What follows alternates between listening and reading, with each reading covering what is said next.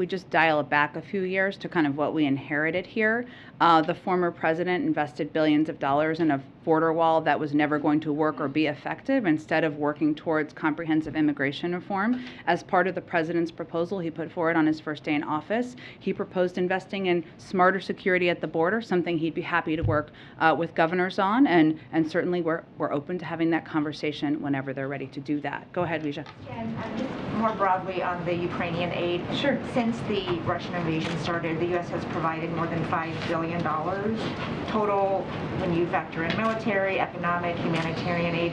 Is there a figure that is a cap for what the U.S. is willing and able to provide Ukraine? Well, I would say that the range of military assistance that we've provided to date was meant to be front-loaded because of our expectation or anticipation, led by our Department of Defense and military leaders, about the nature of the fight and how it has evolved, right? That because they're on a terrain now that where they're in need of long-range military capacity, we've tried to expedite the assistance over the past couple of weeks that they're receiving. So it might not be, over the next couple of weeks, the same size of assistance week by week. But in terms of what the next package will look like and what will be passed, I mean, those are discussions and recommendations that the president will get from his military leaders. We'll have those discussions with Congress. I'm not in a position to put a cap on it at this point in time. Okay, got it. And then just switching over to COVID, the administration is planning to take new actions to expand Paxlovid. Yeah. Is there anything you can share about how you plan to do that and who might be eligible, since right now it's only for people who are at higher risk? Sure. Well, part of it is even people who are eligible are not taking advantage of the fact that they're eligible. So part of our effort is to share more information publicly about who can get access, who can call their doctor, and get access to it. I will tell you, Dr. Jha is going to make his debut in the briefing room tomorrow. So he will lay out for you and others more specifically all the steps we're taking to increase knowledge of Paxlovid, who can benefit from it. I don't think we're intending to, and I'll let him speak to this, say there's going to be an expansion of who's eligible as much as we're, and we'll obviously leave that to the health experts to determine, but more we need to focus on making sure that everybody who is eligible knows they're eligible and they can gain access to it, because it is very effective in treating COVID. Thank you, Jen. Go ahead. Yeah, just a couple on Twitter. I want to go back, try again. Are you concerned about the kind of purveyors of election misinformation, disinformation, health falsehoods, sort of having more of an opportunity to speak there on Twitter? Is there, any message that you would convey to Elon Musk as the new owner? Well, I would just... Maybe just add to it that publicly traded companies have different levels of there's different levels of scrutiny that are possible of publicly traded companies. So are you concerned about a billionaire taking control of a company where there's already a lot of concentration of power? I would say that our concerns are not new. We've long talked about, and the president has long talked about his concerns about the power of social media platforms, including Twitter and others, to spread misinformation, disinformation, the need for these platforms to be held accountable. Well, I know you tried again. I appreciate that. I still don't have a specific comment on this specific transaction. And at this point, we don't have any sense of what the policies will look like. Okay. And then last week, Talib Singh made some very strong comments, and also Treasury Secretary Yellen made some comments about the positive impact on inflation of lowering tariffs on certain Chinese goods, bicycles, underwear, apparel. It's quite a list. Yeah, it's quite a list. Is there something cooking? Can you tell us something? And do you, is the White House embracing that? Is that something we could see happen soon? So from the beginning of the administration, we talked about how some of the tariffs implemented by the previous administration were not strategic and instead raised cost on Americans. And our effort, which has been ongoing, of course, has been to ensure current Section 301 tariffs align appropriately with our economic and trade priorities. And you mentioned, different goods that are sold, but of course on wages and job opportunities, critical supply chains, where we see critical impacts on critical supply chains, our ability to sustain our technological edge. This is an ongoing process, and we're certainly looking at where we see costs being raised, and a time where we're seeing heightened inflation. Certainly, that's on our minds. It's also about addressing the core issues we have with how China has approached, their engagement around economic issues as well. So it's both. So, can we look for some tariff reductions in some relatively short period of time? We're continuing to review it. I don't have anything at this moment to preview for you, but our focus is on those same categories and areas where we can impact, where we think they're impacting wages and job opportunities, our technological edge. That's the prism through which our economic team, Ambassador Tai, of course leading this effort, is reviewing these sanctions. And then just a real quick one on Putin. So the sanctions that have been imposed, and I realize they're quite sweeping and large, but especially on oligarchs and other people close to Putin, have thus far excluded his girlfriend, whose name I can't quite pronounce, Kayova. Do you have any comment on why you would refrain from sanctioning someone arguably close to Putin? Well, I would remind you we're continuing to review sanctions. No one is safe from our sanctions. We've already, of course, sanctioned President Putin, but also his daughter, his closest cronies, and we'll continue to review more. So I don't have an analysis at this point because we're still reviewing. There's more we will likely do.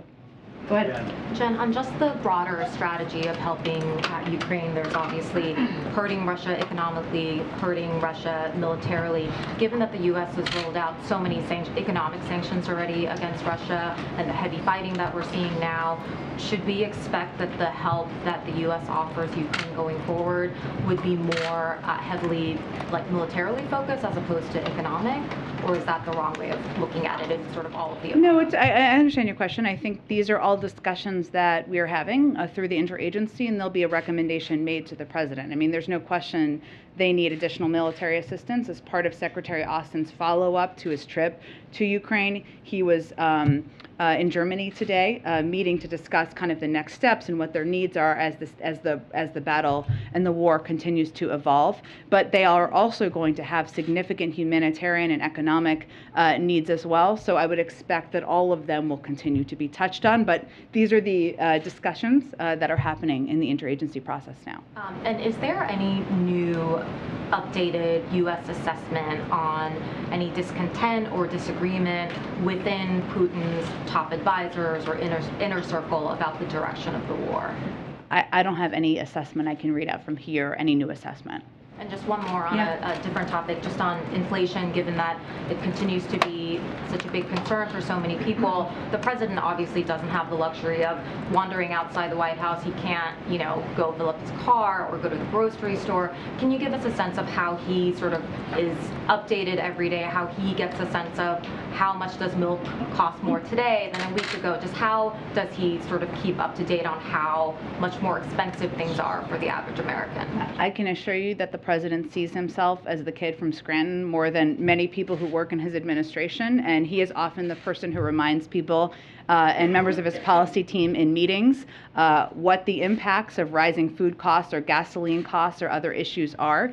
He does request and receive regular updates from his economic team, and often when he returns from weekends at home in Delaware, he comes back with conversations he had with people as he came out of church, or as people he's known for a long time in his community, and they often tell him about how the rising costs impact his life. So I would say that he stays abreast of these changes and of these increases in costs and the impacts through economic data and briefings, but also through his own conversations whenever he can have them.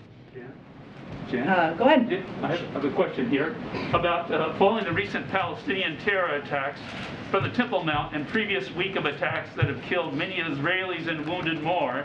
Is the Biden administration reconsidering its support of the Palestinian Authority's two-state solution dividing Israel, or stopping the welfare payments sent to the Palestinian Authority who use the money for their pay-to-slay reward system? And I have a follow-up question. Okay, well, I would just note that I spoke to this last week on Wednesday, where I noted that the United States is deeply concerned by the recent violence in Jerusalem, on the Temple Mount, and across the West Bank, and we also strongly condemn the recent rocket attack on Israel. You may or may not have seen also that the President conducted a call with Prime Minister Bennett on Sunday morning. He accepted an invitation by Prime Minister Bennett to visit Israel in the coming months, no specific date yet. He took note of the ongoing efforts between Israeli and Palestinian officials to lower tensions and ensure a peaceful conclusion to the holy season of Ramadan. And he also affirmed our unwavering support for Israel and its defense needs, and welcomed the historic $1 billion allocation to replenish Israel's Iron Dome system. The follow-up is, in view of continued Palestinian violence against innocent civilians, is the Biden administration willing to stop payments to the anti-Semitic UN agency UNRWA and support restoring the Jewish cemetery in Vilnius, Lithuania to its former glory? Again, I think I don't have any changes to announce to our policy. I spoke to our condemnation of the violence just now, last week as well, and noted also our call to the Prime Minister. Go ahead. Point of clarification on the aid that the U.S. has already allocated to Ukraine. Sure. The President said last week that he had almost exhausted his drawdown ability. So how much after that announcement of the $800 million on Thursday does the U.S. have left to provide Ukraine? I'm sure I can get you the specific exact number. It was almost about $3.5 billion total of drawdown authority, I believe. I will double check that number for you. So what he was referring to is because of how quickly we've been moving the military assistance to the Ukrainians on the ground, we anticipated being almost at a near end of that drawdown authority. So that's why he's going to put forward a new package this week. Student debt cancellation. Yesterday, Senator Elizabeth Warren said that the White House has essentially already canceled some student debt by waiving interest on that student debt, and it could use that same exact authority to cancel student debt permanently. Does the White House agree with that view? This is about the authority, not whether you will, but that you can derive the authority in the same exact way. I don't have anything to preview for you in terms of any authority and how it would work. What I would tell you is that not a single person in this country has paid a dime on federal student loans since the president took office. And what we have said is that he would make a decision about any cancellation of student debt before the conclusion of that pause on student loans. But I don't have anything to preview for you at this point in time. On that, she said that it was an issue of racial equity. Does the White House view this as a racial equity issue? Well, again, I think the president views student loan relief, debt relief as something that impacts, yes, it is a racial equity issue, but it is also an issue that impacts many individuals, young people, middle-aged people of all races. It is something that he has been a vital priority to the president, which again is why not a single person has paid a penny, a dime or a penny in student loans since he took office. Go ahead, JJ. I don't want to forget you. Go ahead. Oh, thanks. Two questions on the supplemental funding and then Yeah. one on Cedric Richmond. Yeah. On the supplemental, has the administration decided to definitely combine the COVID funding with the aid for Ukraine? We don't have the mechanism yet. These are conversations that we'll have with Congress. Obviously, prior to the recess, there was the proposal that did combine, but don't have a sense yet. And then is the White House considering extending the Title 42 immigration restrictions as part of a deal with Congress? Are you considering it? Again, this would be Congress having the discussion. We're continuing to prepare for a May 23rd implementation. There'll be a range of conversations about this over the coming days. The New York Times is reporting that Cedric Yes. Richmond is leaving. Is he? And just last week, he said publicly that he wouldn't leave unless the president asked him to. So something changed there? Yes. Okay. Well, let me first say that Cedric Richmond continues to be a vital, essential advisor to the president, was on the campaign, continues to be in the White House. I have been in many meetings with Cedric Richmond where the president goes to him and looks to him for his political sense, his assessment of Congress. He trusts him implicitly. I have nothing to announce at this point, but I can assure you when we have something to announce, it will involve a new important role for Cedric Richmond and something the president is excited about and has asked him to do. Go ahead. We saw the readout from the call with the French president. Did the president see any larger meaning in the French elections in terms of the support of the Allied effort against Russia? I don't have any assessment of that. I'll leave that to others to do analysis of. The president was pleased with the outcome. As you know, he spoke with President Macron this morning, and he's looking forward to continuing to work with him in standing up against Russian aggression and standing with the Ukrainian people. Ron, it's just along those lines. Ron Klain tweeted an interesting observation that President Macron secured a double-digit victory at a time when his approval rating is 36%. Was there anything he was suggesting? I don't have any more analysis to provide on that front, though. Appreciate the question. Go ahead. On NATO, reports in Finland and Sweden say that the two countries are preparing to apply to join NATO as early as next month. Is the White House supportive of that effort? Well, those are decisions for these countries to make and for the NATO alliance to make, and so we'll leave it to those entities. And then just on gun violence, we learned more about Friday's shooter today from DC police, who say he had hundreds of rounds of unspent ammo inside his Connecticut Avenue apartment. And then today, the DC mayor announced a new police initiative to target violent crime. Does the president believe he's done all he can do to fight violent crime, gun issues around this country without the intervention of Congress?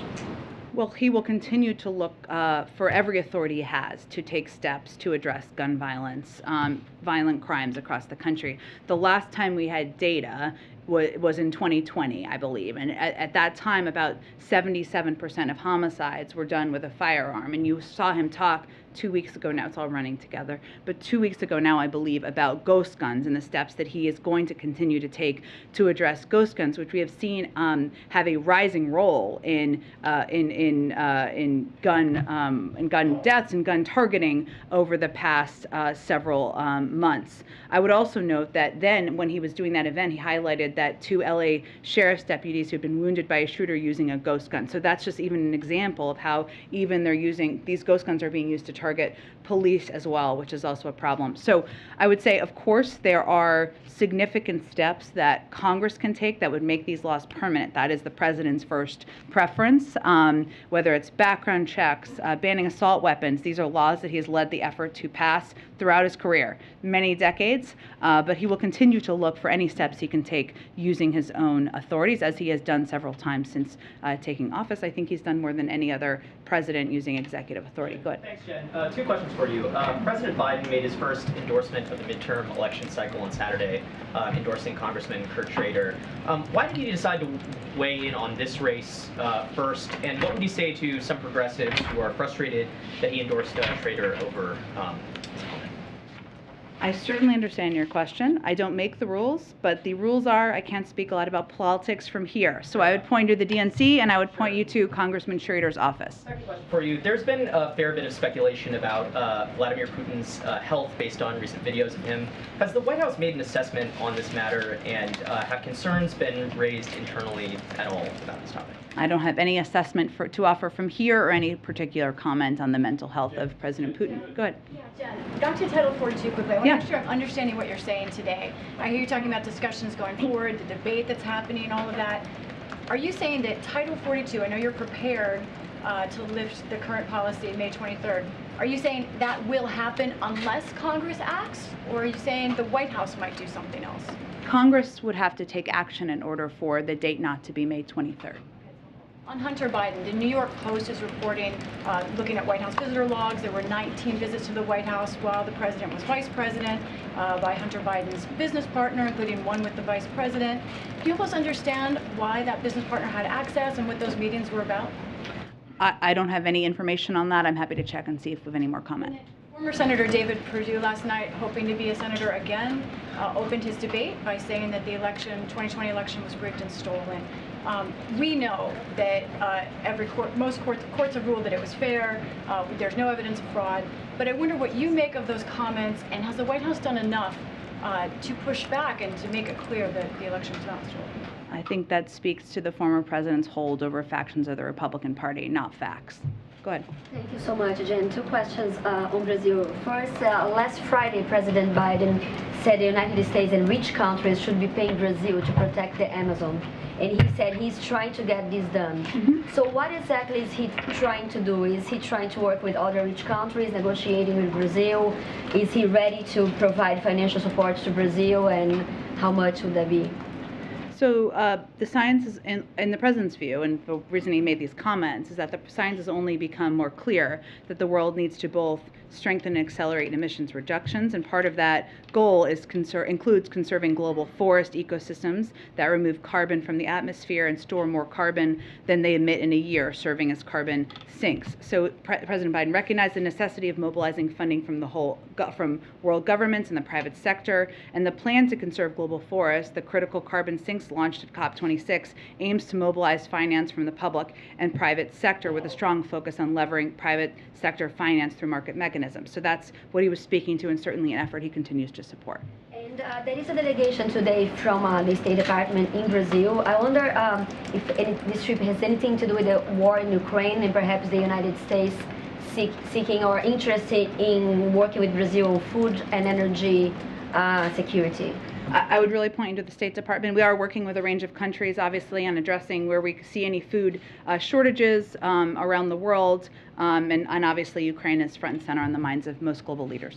And just a quick one. Why President Biden has declined to talk with President Bolsonaro? We know that the Brazilian government is been trying more than once. So why is he declining? I don't have any update. The president obviously has a busy schedule. He has spoken with a range of global leaders, but not every single one. And you just noted the State Department is in Brazil for a visit. So I would note we have an ongoing dialogue at a high level. Go ahead. Go ahead. Oh, okay. Either one. Okay. You're kind of matching today, I'll note. Yeah, there you go. In your suits in blue. So more people are starting to talk about recession. Goldman Sachs and Bank of America alluded to it because of inflation.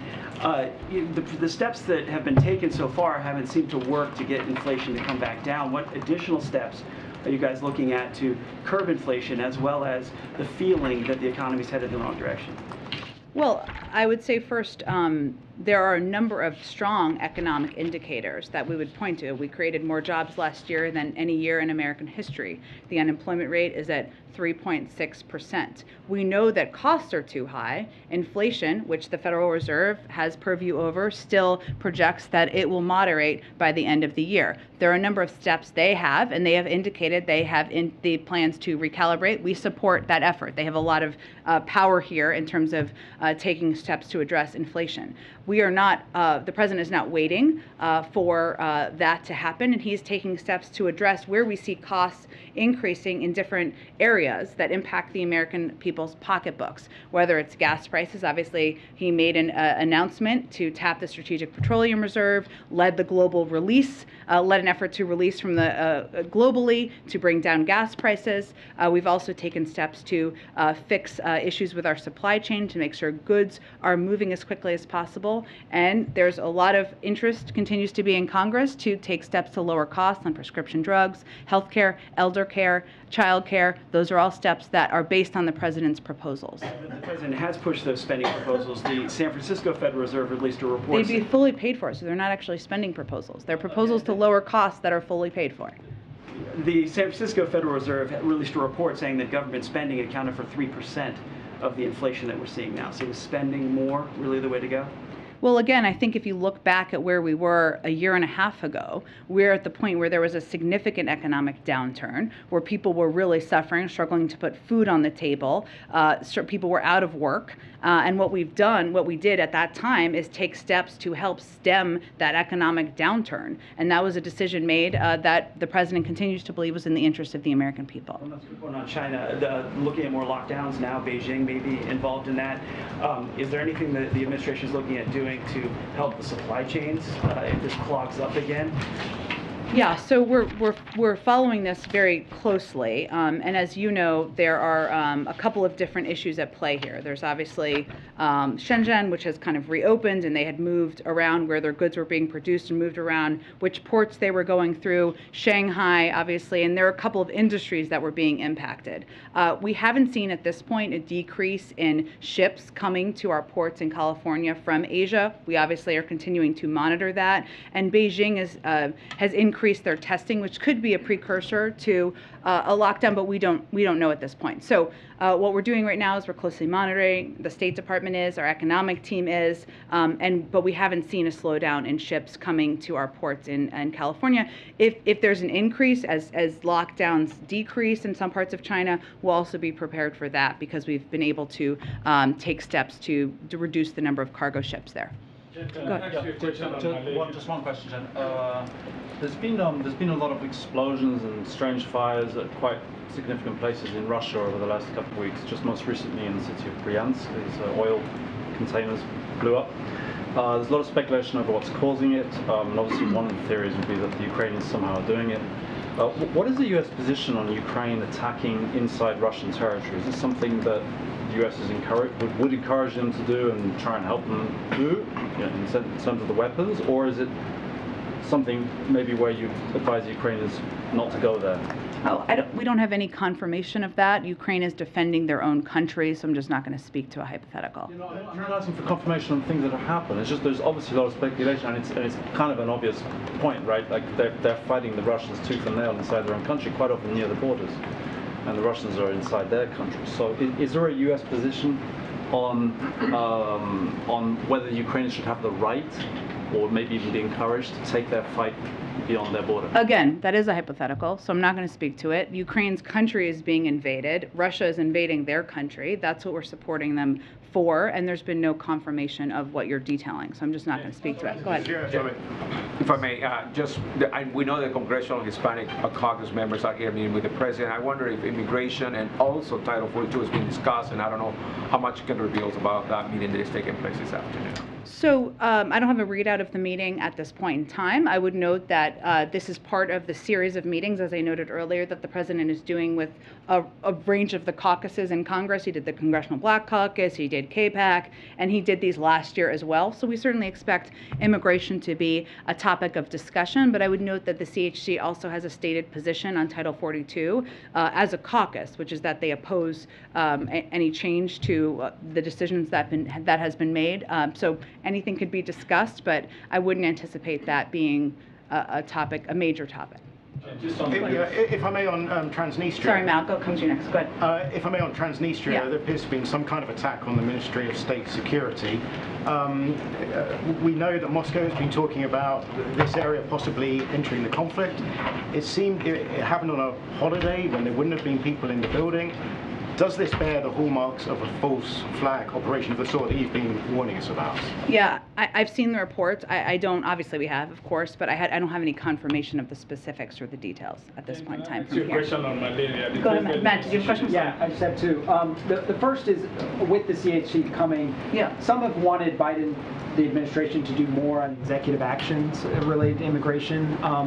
And I guess just philosophically, does the president believe that he's exhausted most of the things that he can do through executive power? You had alluded earlier about the legislative push. Sure. But are there things that he feels like he can still do through executive actions related to immigration? I mean, I think his view is that taking steps and working with Congress to pass comprehensive immigration reform that has smarter security, that does put in place an asylum processing system that works, is the best step that will have a lasting impact.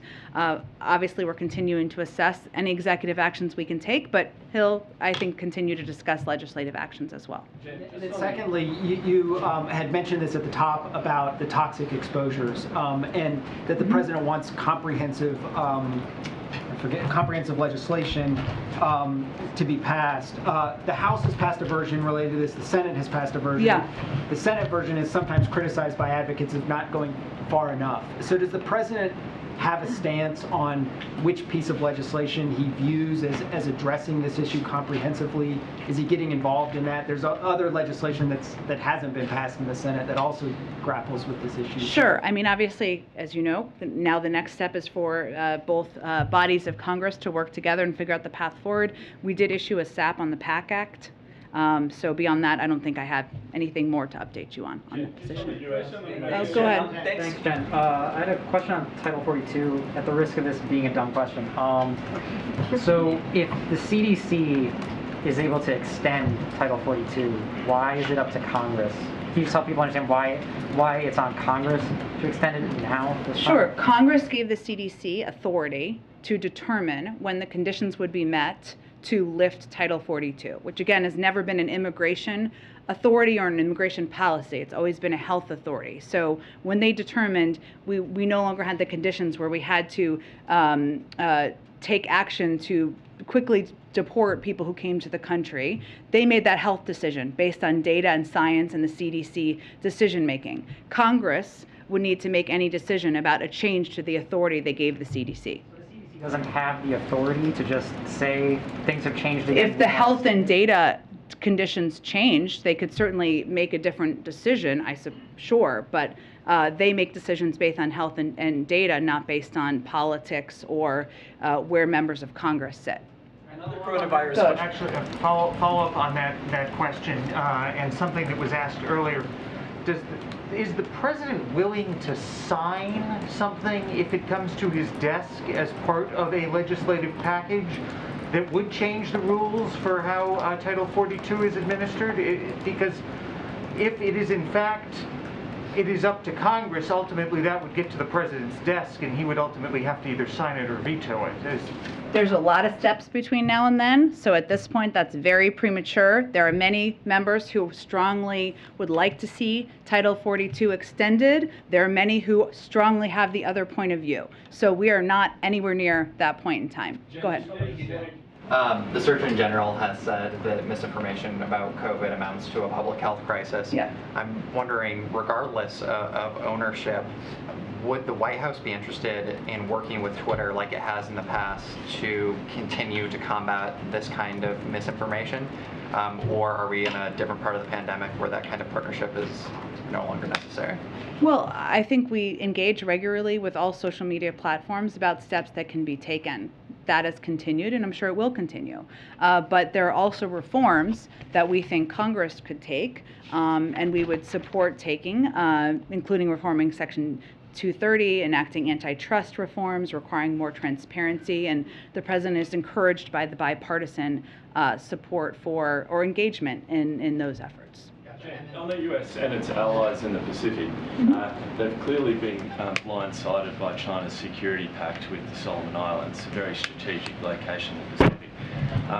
Kurt Campbell was down there only last week and he announced some initiatives on speeding up the embassy there, sending a hospital boat, that sort of thing. The question is, why wouldn't the US commit to far more significant security/military initiatives in such a strategic place like that? And also, I wonder what would the Biden administration want from other countries? And Australia hasn't exactly been very well prepared for this Chinese Solomon agreement either. Yeah, it's a great group of questions. I have not talked to Kurt Campbell about this since he returned. I'm not sure if the president has. I can see if there's anything more we can update you on in our policy. Thank you. The president has issued a statement on malaria. The president just issued a statement on Malaria Day. Since the time you started speaking, almost 100 children have died of malaria. He said a child dies every 2 minutes of malaria. Is the president prepared to increase funding, maybe fight malaria the same way the U.S. has been fighting COVID? It's obviously something the president cares deeply about, as we do as an administration. I don't have anything for you in terms of predictions of additional funding. I can see if there's anything more from USAID. Go ahead. On the TPS, I know the administration has just granted TPS to Cameroonians living in the U.S. Why not extend it to Ethiopia and Nigeria, other African countries that are also in crisis? Yeah, I know you've asked me a similar question before. It's an effort or a process led by the Department of Homeland Security to make a determination about conditions on the ground and an interagency process. I don't have anything to predict at this point. Obviously, they're continuing to assess. I wanted to about your announcement from last week on refugees from Ukraine. Yeah. I know you're supposed to open the portal for applications today for Yep. DHS. Can you talk about how you're preparing the resources to be able to accept what I'm sure is going to be a big influx of applications as soon as that portal opens? So the Department of Homeland Security is going to do a briefing this afternoon with more details to provide to you, and obviously they will oversee the process. And you're right, we certainly anticipate lots of interest on both sides. Will there be someone in the White House? I know when you were working on Operation Afghans Welcome, Yeah. there was someone in charge of it from this end. Is there going to be someone over here that's working on it? Sure. Obviously, Russia and Ukraine and implementing all of our programs is a top priority for the national security team. I will see if there was one individual who'll be responsible. Thanks so much. On the coronavirus, Jen, on the coronavirus, you talked about China and the tariffs potentially coming off. Can you speak about anything that President Biden has done to determine the source of the coronavirus with China?